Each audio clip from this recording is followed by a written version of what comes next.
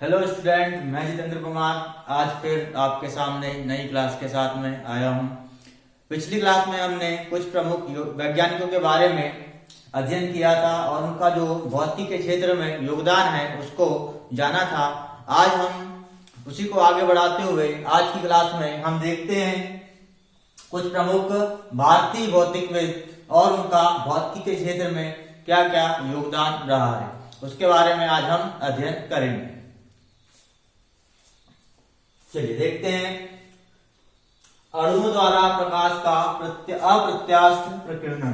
अणुओं द्वारा प्रकाश का अप्रत्यास्थ प्रकीर्णन, इसी को दूसरे शब्दों में हम रमन प्रभाव बोलते हैं। इसी को दूसरे शब्दों में हम रमन प्रभाव बोलते हैं। तो इसका प्रतिपादन किसने किया था? Doctor CV Raman. Doctor CV Raman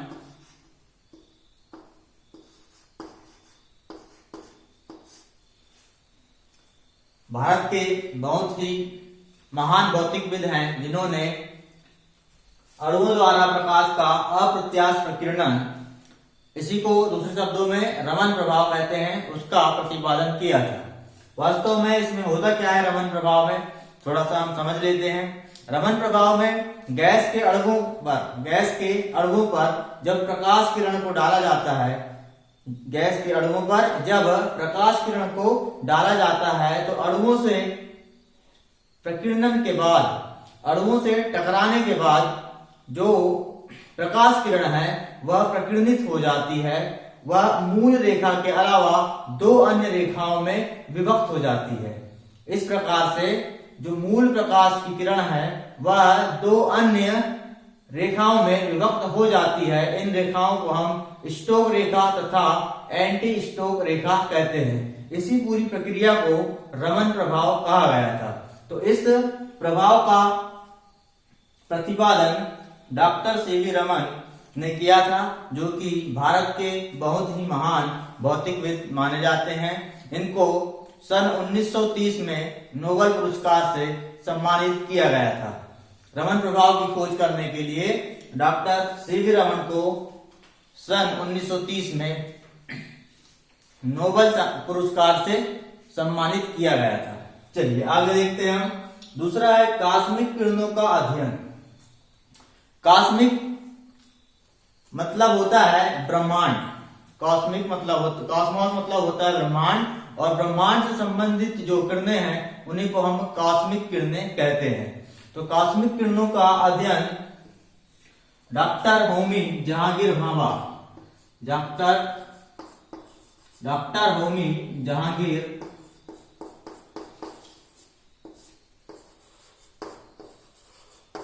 Bhabha ने किया था। इन्होंने कॉस्मिक किरणों के बारे में अध्ययन किया और उनकी कुछ संकल्पनाएं की थी। डॉक्टर जहांगीर होमी भाभा को भारतीय परमाणु कार्यक्रम का जनक भी कहा जाता है। जब भारत में परमाणु ऊर्जा विभाग की स्थापना हुई थी उसी समय ये उस विभाग के प्रमुख थे, इसलिए डॉक्टर होमी जहांगीर भाभा को भारतीय परमाणु कार्यक्रम का जनक कहा जाता है। अगला देखते हैं हम तापीय आयनन। तापीय आयन के बारे में जो अध्ययन किया था उस वैज्ञानिक का नाम है मेघनाथ साहा। मेघनाथ साहा, इन्होंने तापीय आयनन के बारे में अध्ययन किया था। इसके बाद देखते हैं हम, अगला पॉइंट है हमारा अंतरिक्ष अनुसंधान। अंतरिक्ष के बारे में विभिन्न प्रकार का अध्ययन करना और उसमें जो भी क्रियाएं हो रही हैं, वहां पर जो भी आजकल हम देखते हैं उपग्रह प्रतिस्थापित किए जाते हैं, उपग्रहों को भेजा जाता है। उपग्रह के लिए जो लॉन्च व्हीकल होता है, उपग्रहों को ले जाने वाला जो वाहन है जिसको हम बोलते हैं रॉकेट, उसका पूरा प्रबंधन और उसके अलावा अंतरिक्ष में विभिन्न प्रकार की गतिविधियों की जानकारी लेना, इन सब चीजों के बारे में जो अध्ययन होता है उसको हम अंतरिक्ष अनुसंधान कहते हैं। तो अंतरिक्ष अनुसंधान के संबंध में जिस भारतीय वैज्ञानिक का प्रमुख योगदान रहा है वे हैं डॉक्टर विक्रम साराभाई। डॉक्टर विक्रम साराभाई इन्होंने भारत में अंतरिक्ष के क्षेत्र में बहुत ही बहुमूल्य योगदान दिया हुआ है, इसलिए इनको भारतीय अंतरिक्ष कार्यक्रम का जनक कहा जाता है। क्या कहते हैं? विक्रम साराभाई को भारतीय अंतरिक्ष अनुसंधान या भारतीय अंतरिक्ष कार्यक्रम का जनक कहा जाता है, डॉक्टर विक्रम साराभाई को। चलिए अगला देखते हैं हम, तारों का जीवन चक्र। तारों का जीवन चक्र, तो ये कुछ नया है आपके लिए। तो जैसा सजीव या मनुष्यों में जीवन होता है, उसी प्रकार तारों का भी एक जीवन चक्र होता है। तो तारों का पहले निर्माण होता है, उसके बाद वह अपनी अंतिम अवस्था में पहुंचते हैं, और अंतिम अवस्था में पहुंचने के बाद में उनका विस्फोट होता है या उनका समाप्ति, उनका जो जीवन है वो समाप्त होता है। उसको भी कुछ वैज्ञानिकों द्वारा इस प्रकार डिफाइन किया गया है। उसको देखते हैं हम। जब तारे अपने अंतिम जीवन के अंतिम चरण में पहुंचते हैं, तो उस चरण में उसको लाल दानव चरण कहा जाता है। उसको क्या कहते हैं? लाल दानव चरण कहते हैं। इस चरण के बाद तारे की जो समाप्ति है, तारा जो नष्ट होता है, वो इस पर डिपेंड करता है कि तारा किस रूप में नष्ट होगा। वह किस पर डिपेंड करता है? वह इस पर डिपेंड करता है कि उस तारे का जो द्रव्यमान है वो कितना है।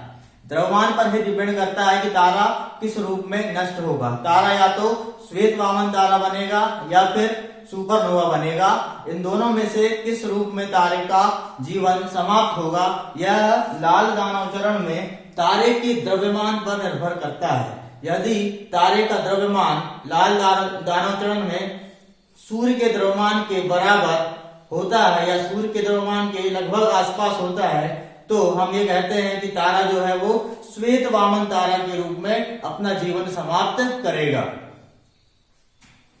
और यदि तारे का द्रव्यमान लाल दानव चरण में तारे का द्रव्यमान सूर्य के द्रव्यमान के 1.44 मतलब 1.44 सूर्य के द्रव्यमान के 1.44 गुना या इससे अधिक होता है, तब वह तारा अपने जीवन की समाप्ति सुपरनोवा के रूप में करता है।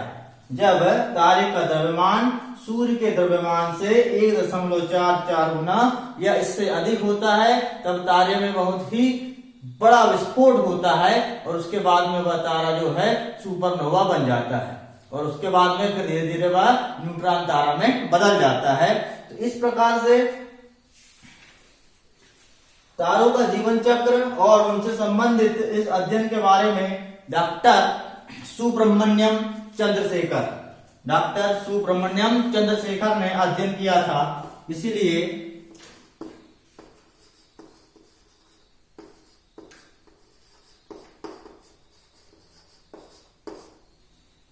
Doctor S Chandrasekhar means Subrahmanyan Chandrasekhar, इन्होंने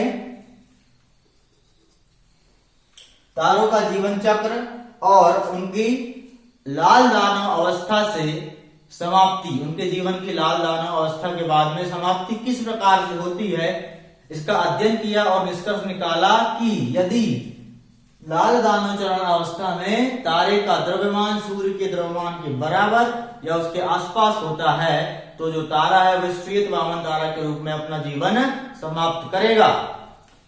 या तारे का द्रव्यमान सूर्य के द्रव्यमान के 1.44 गुना या इससे अधिक होता है, तब वह अपना जो जीवन है वह न्यूट्रॉन तारा नहीं सुपरनोवा के रूप में समाप्त करेगा, और उसके बाद में धीरे धीरे न्यूट्रॉन तारा में बदल जाता है।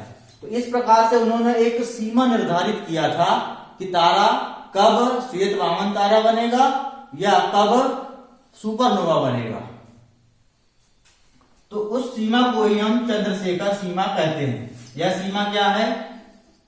यह जो सीमा है उसको मैं यहां पर लिख दे रहा हूं। Mass of star is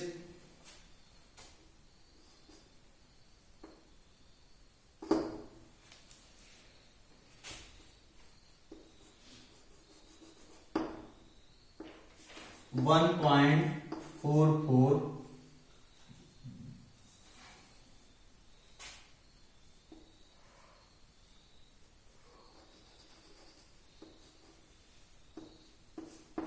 mass of सन।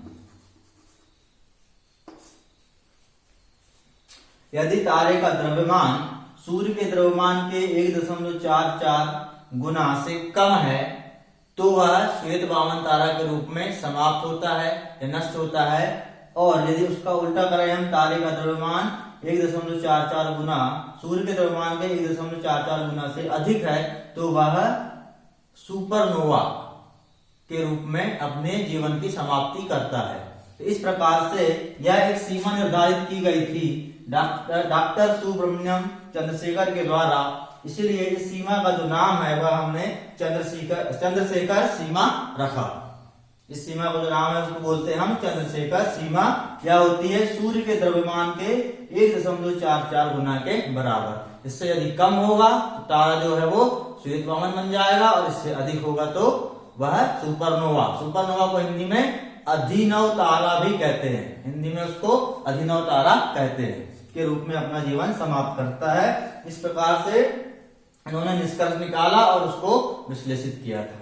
चलिए आगे बढ़ते हैं हम। क्वांटम सांख्यिकी का विकास। क्वांटम सांख्यिकी के विकास में मूल रूप से जो भारतीय वैज्ञानिक हैं उनका नाम है सत्येंद्र नाथ बोस।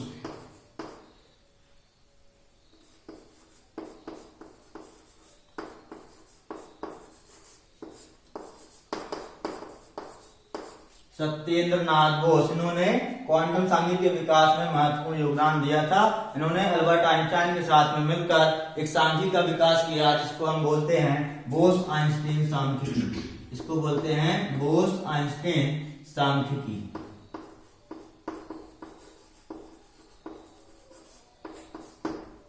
बोस आइंस्टीन सांख्यिकी का विकास सत्येंद्र नाथ बोस ने अल्बर्ट आइंस्टाइन के साथ मिलकर किया था। चलिए आगे है अंतरिक्ष यान, मिसाइलों का प्रक्षेपण। अंतरिक्ष यानों को बनाना और उनको भेजना, मिसाइलों का प्रक्षेपण, इसके बारे में सभी लोग जानते हो। भारत में मिसाइल मैन के नाम से किसे जाना जाता है? डॉक्टर एपीजे अब्दुल कलाम को मिसाइल मैन के नाम से जाना जाता है। तो उन्होंने मिसाइलों के बारे में अध्ययन किया, उनको बनाया और उनको प्रक्षेपित किया, इसीलिए उनको भारत का मिसाइल मैन कहते हैं। तो ये है doctor APJ Abdul Kalam. APJ Abdul Kalam